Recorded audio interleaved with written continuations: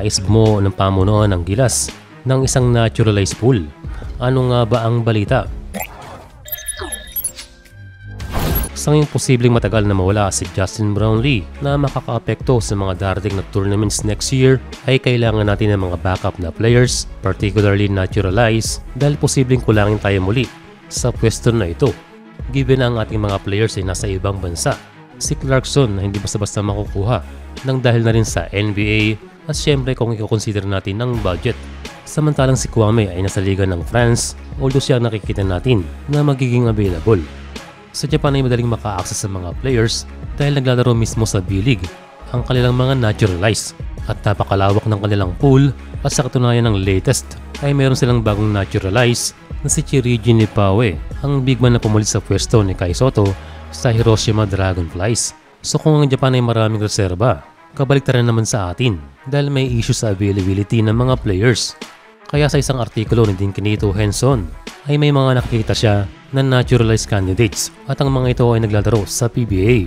Yes, madaling sabihin na magdagdag ng naturalized ang Gilas pero matagal talaga ang proseso. Pero kung iisipin, kung walang sisimulan ay walang matatapos. Ayon kay Din, kung gusto na bumuo ng naturalized pool ang Samahang Basketball ng Pilipinas ay simulan nilang mag-scout sa PBA. Ngayon daw na ang mga import ay pwedeng umabot sa 6'9" ay tamang time para humanap. Pero ang tanong kanyang nilinaw, ito ay para lamang sa mga willing na import. Speaking of willing, ay ating naisip na naman si Chris McCullough na malapit lang na naglalaro sa Taiwan.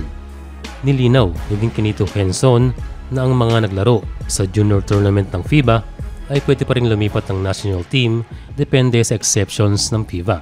Ang mga halimbawa rito ay sila Eric Gordon at ang TNT import na si Ronde Jefferson. So ibig sabihin ba nito ay pwede pa sa Jalen Green, si Green na hindi pa naglalaro sa seniors team, and kung babasehan ng FIBA rules, may pag-asa pa siyang makalipat sa ibang national team katulad sa Gilas. Pero depende ito sa FIBA at depende rin kung gusto niya. Karamihan ngayon ng mga imports sa PBA ay nakapaglaro na sa junior tournament ng FIBA.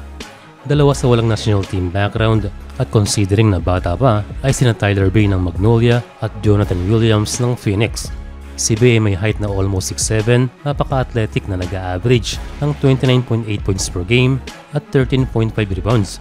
Samantalang si Williams ay may height na almost 6'8", na nag-a-average ng 27 points at 14.7 rebounds. Pero wag yan lahat ay babalik sa tanong ni Coach Dinkinito. Gusto ba nilang maglaro para sa Gilas Pilipinas?